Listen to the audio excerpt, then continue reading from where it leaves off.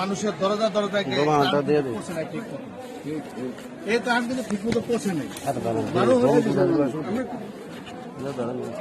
সকল পেশার মানুষকে তারা সম্পৃক্ত করেছেন এই কাজের সাথে, আমাদের সবাইকে সম্পৃক্ত করেছেন।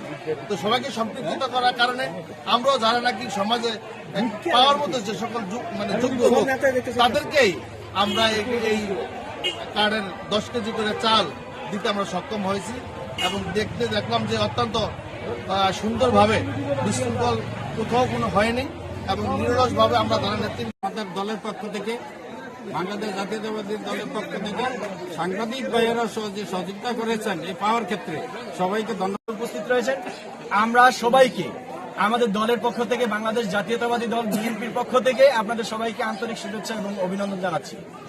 প্রিয় অভিভাবক এবং নেতৃবৃন্দ এবং সকল শ্রেণী পেশার মানুষ, আপনাদের অবগতির জন্য আমি বলতে চাই, বিগত স্বৈরাচার সরকারের আমলে মানুষের দোরগোড়ায় এই সেবা পৌঁছেনি।